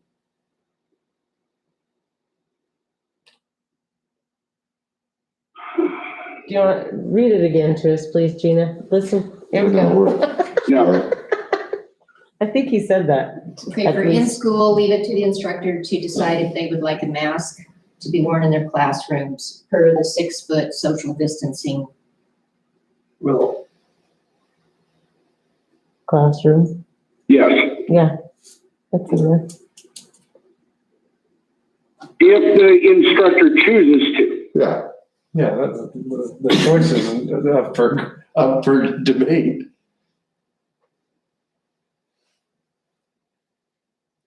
I'm a little. They either do or they don't. It's not a debate. Yep, that's, They're either gonna want them to wear a mask if they're within 6 feet, or they're not.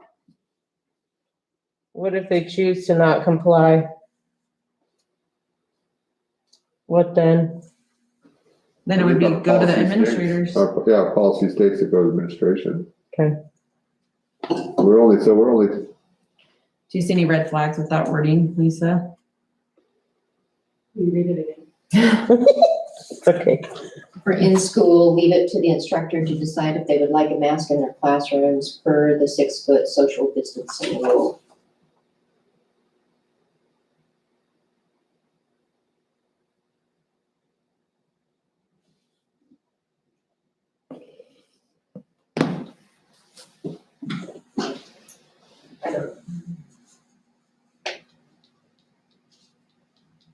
It's probably the clearest thing you said tonight, right?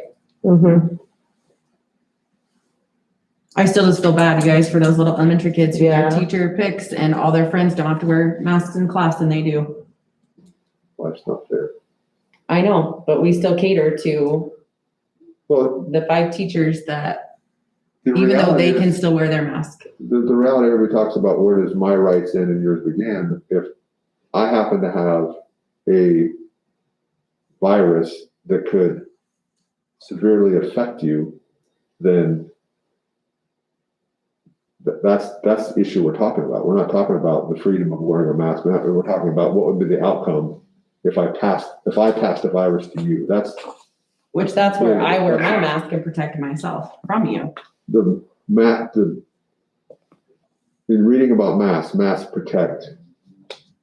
When I wear a mask, about 20% of it protects, 25% of it protects me. I do more protecting of other people than the mask protecting for me. That's the science behind it. So there's some protection with wearing a mask. There's risk of having unmasked people within somebody who's, immune compromised, can't take the vaccine. So that's kind of this up for debate science. I mean, that's what we're all here. So right now it sounds like we're close. We're either a 6-foot rule or a classroom rule. Is that kind of our? It doesn't make a difference. It's the same. Yeah, Because it's the the same. classroom, they can't 6 feet social distance Yeah. when you have 30 plus kids in a classroom anyways. No, as far as the teacher could require a mask if somebody was within 6 feet, or the other thought process is the teacher could require a mask for the whole entire class, not just right. That's kind of where we're at right now between the two discussion points. It's either Doesn't feel like it's written down clear enough. I mean, if I was to read that outside of this meeting, I would look at that and go, okay, well, is it me within 6 feet of the kids, or is it the It kids says within 6 feet classroom, of each other? For So is social that so distancing. bad that we leave it up for interpretation, that they can interpret that part? well, I think that's It says classroom. the can of It worms makes we don't sense want to to. me. Right, that's where one person does it one way and one person does it another way, and then all of a That's sudden. how the whole world is, I think, now. We just want to be as specific as we can be. So if they require it in their classroom, they have to require it for everyone in their classroom. So we would have to add that to it. I don't know what I'm asking. If I guess the way I understand it is if the instructor says in their classroom per the 6-foot social distancing, that's what I glean from it. I don't glean the other. To me, it's just No, I'm teacher talking, classroom. I'm not talking about our specific, the motion on the floor. I'm talking about the discussion tonight. Gotcha. Are we between this motion? Would we support that? We're saying that's within 6 feet. or kind of the other conversation we've had, Jake and I've had, is that the teacher could do it at the classroom level, not the 6 foot level. They could do the 6 foot if they want. Okay, but so we've always been at the 6 foot level in all of our discussions and everything else. And that's where I was going with the 6 foot level. Okay. So that's in proximity, which is, I mean, what CDC says, 6 foot and everything else, that's where you should wear a mask and the 15-minute rule. But the 6 foot level, that's kind of where I made that judgment. Because we've always gone with, from day one, we were at 6 foot level. When we opened the schools, when we gone to activities and everything else, everything's been 6 feet. Right. Now, we all know that that has changed drastically over time. Our kids are, I have 2 kids in school. They're not wearing masks. They're living like their normal life. But if we're going to make a mandate or make a judgment call and stuff like that, go along with what we have always started with, which is a 6 foot rule, and let's see where it goes. So just to clarify, Derek, in your motion, Yep. how do you interpret it? That if I'm the teacher of my classroom, I can say that everyone in my class has to wear a mask, or I can say if anyone is within 6 feet of me, I can ask them to wear a mask, or they're required to wear a mask. Thank you. Within 6 feet. So I, as a teacher, can't ask everyone in my classroom to wear a mask, just the people within 6 feet of me, correct? Correct. Okay. Correct. Yeah. That's not how it was written. It was all, Look it up, Jake. It's how it was written. no, it was written specifically saying if the kids in the classroom cannot maintain a 6 foot distance from each other, they were required to wear a mask. That was. That's exactly what I just said. No, he's talking kid to kid, not. Yeah, I'm talking kid to kid. So he's saying if the kids can't get 6 feet from each other, then the kids need to be in masks as well, not just the student and teacher. 3 feet, isn't it? Well, now it is. Yeah.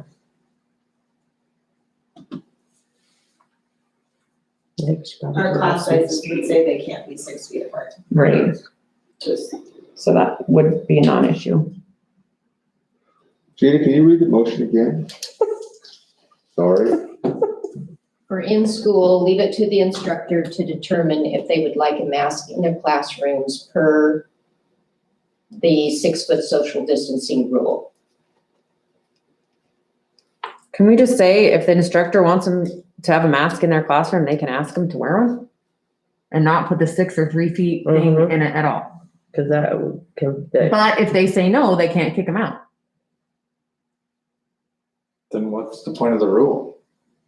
That it gives them backing to ask, and the district has given them permission to say that, yes, I can ask you to.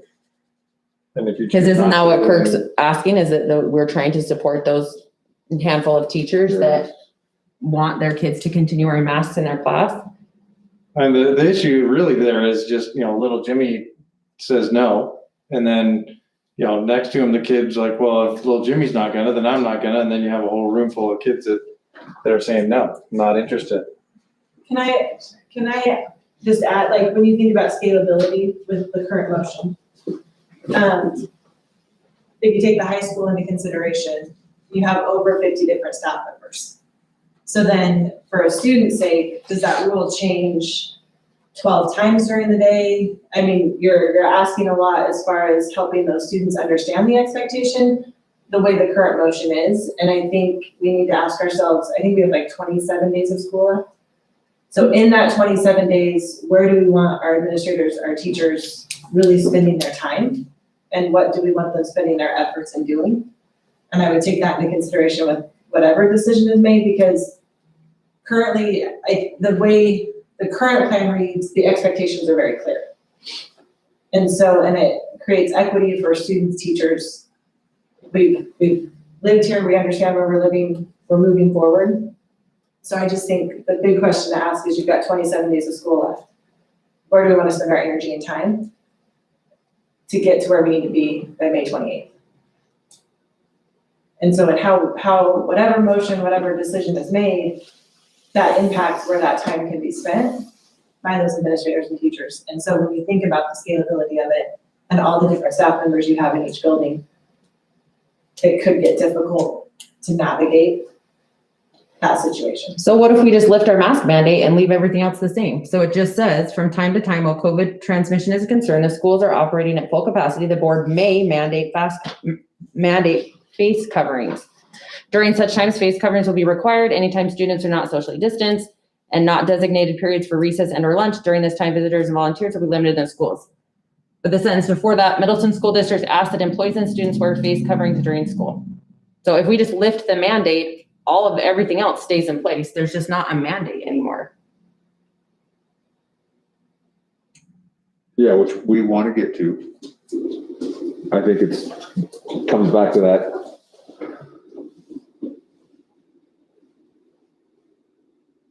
I like that, Alicia. So we just. So can we vote on Derek's motion and then, Yep, so if we vote it down, then we can make a new motion, Or you can just pull it. or you can pull it. Or we can. yeah, I will pull that So motion. then I'll make a motion that we just lift our mask mandate and leave the wording No. intact as it reads in the current plan. I second it. So the motion on the floor will give what protection to that 10% of teachers, this as a, The same things that they did before we had our mask mandate, that they would still ask the kids when they attended their class to wear a mask. Yeah, and they did, yeah. And they did. Those So And it teachers, worked, yeah. I mean, your daughter has the same class my Yes, son had, and the and teacher they- asked, and and- I told my son, if that teacher asked you to wear a mask, then you need to wear a mask in that Yes, class. my And kids they did. were. And that was all everything. prior to the mandate that Yes. happened. But we also had parents who were the exact opposite and literally we're sending elementary kids to school and saying, if the teacher tells you to wear a mask, tell them no. And that's a really awkward place to put a kid in. But this doesn't change any of that. All it says is they're still Yeah. recommended, Yep. they're just not mandated. They're just not mandated. We're just It still lifting our says that they're mandate. recommended. Are they, does it say that? Uh-huh. It says they're recommended. Okay. Do you want me to read it to you so everyone knows exactly? It says Middleton School District asks that employees and students wear face coverings during school. From time to time, while COVID transmission is a concern and schools are operating at full capacity, the board may mandate face coverings. During such times, face coverings will be required anytime students are not socially distanced and not at designated periods for recess and or lunch. During this time, visitors and volunteers will be limited in the schools. So all we would do is say there is no longer a mandate, lift the mandate, but everything else stays in place, that we're still asking employees and students to wear face coverings. We didn't take that recommendation away. We fully are aware that COVID is still a concern, I like it. but not as high as concern as it was in November. Yep, So. And the teachers can still ask on an individual basis that their classes do, because they did that prior to. There wasn't a policy written for it. There wasn't a board motion made for it. Can we leave that to the administrative level if a teacher is having serious issues and let the administrator address that? Or not? yes, I believe so. You can't, If it's not specific, if we just leave the plan written how it is, if there's an issue, is that something that the teacher and administrator would address?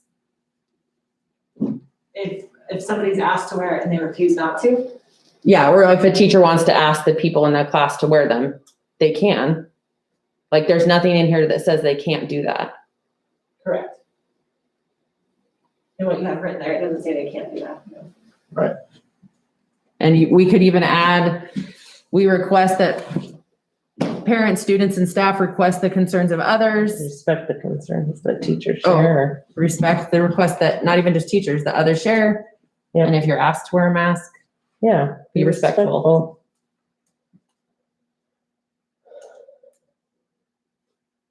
I guess my concern is how are we gonna get something that's simple enough, that's actually enforceable. And quite frankly, this may do just as well as trying to mandate 6 feet. I think you're gonna, it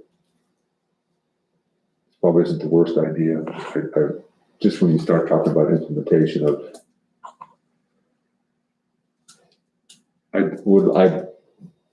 paragraph that you had there, I This didn't like including that, because I think that, So let's see, if we put, might be an added paragraph at the end of it. What I don't want to see is social media announce that Middleton has no more masks.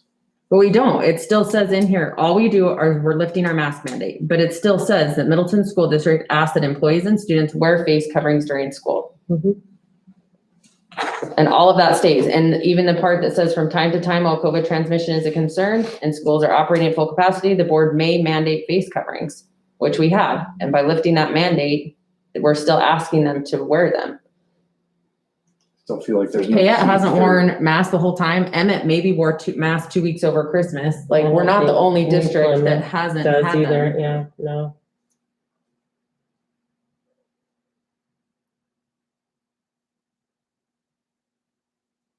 I don't know. if But you we want can- to I mean- Would you want to put that in there then? It just says, we would request that, it says parents, students, and staff, we could put staff, respect the concerns of, that others share.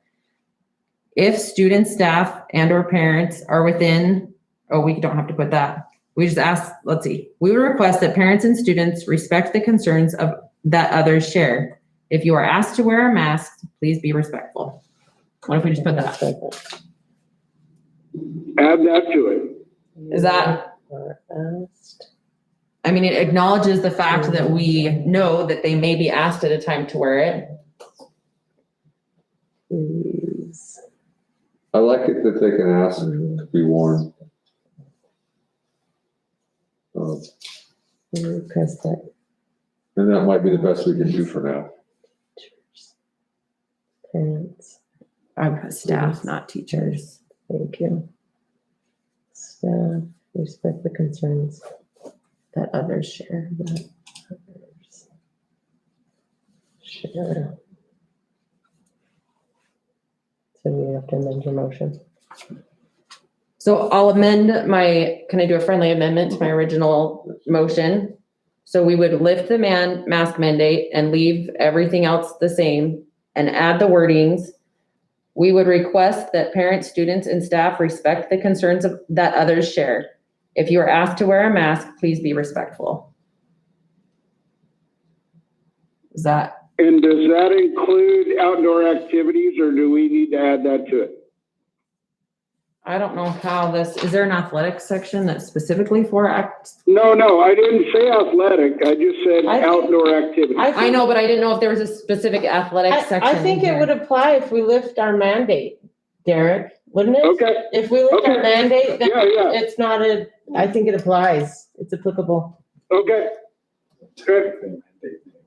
No, It was a requirement. I know. Is there a second? Thank you. I second it. Any more discussion? I know it's not perfect. Like, I know that it's not gonna be a blanket all, but with 27 days left, like Lisa pointed out, and the hassle of trying to implement it and educate it and do it, I think it's better than nothing. Thank you thank you.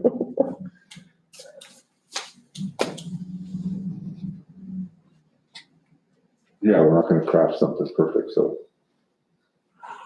we're gonna No, because we can't. try to get something that's workable. And this is asking for grace, and I just think that's probably where we're at. I mean, I think Gotta be ready to turn on a dime if we see something go haywire. I think we do. If we see a variant or we see something that's gonna explode it. And I think the parents have been very good at keeping their kids home if they're sick. I feel like the staff has been good at, if they're sick, they stay home and call in. And I guess I would just ask that the community continue to do the same thing. If your kids are sick or you think they might be sick, keep them home. If the adults are sick and you know that if they're sick, keep your kids home so they're not spreading the germs, and we'll finish out our year in person. And Any more discussion? With that, all those in favor of the motion on the floor, say aye. Aye. Aye. Aye. Those opposed? Nay. Motion carries 4-1. Thanks, everybody, for the discussion. Thank you so much. Good lawmaking, hard work.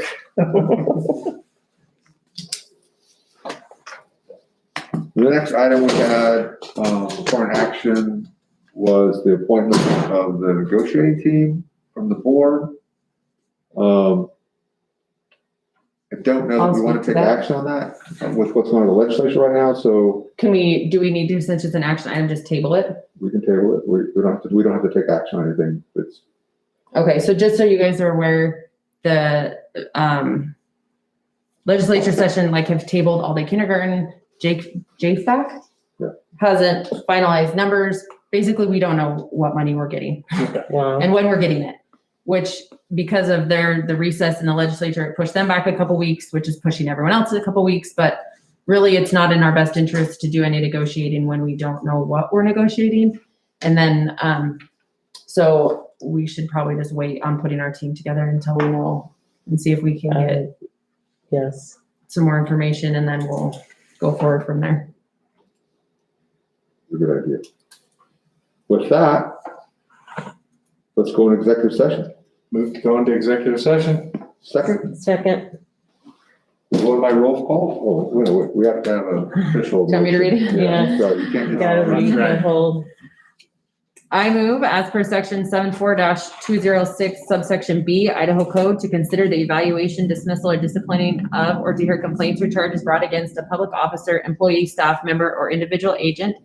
As per section 74-206 subsection D, to consider records that are exempt from public disclosure as provided in chapter 1, title 74 Idaho Code.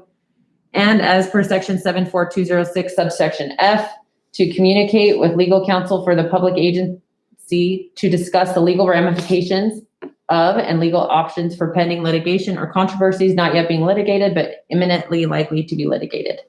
Second. Try that one. We'll go in by roll call. Trustee Moore, Yes. trustee Dempsey, Yes. trustee Wagner, Yes. trustee McConkey, Yes. trustee Adams, Yes.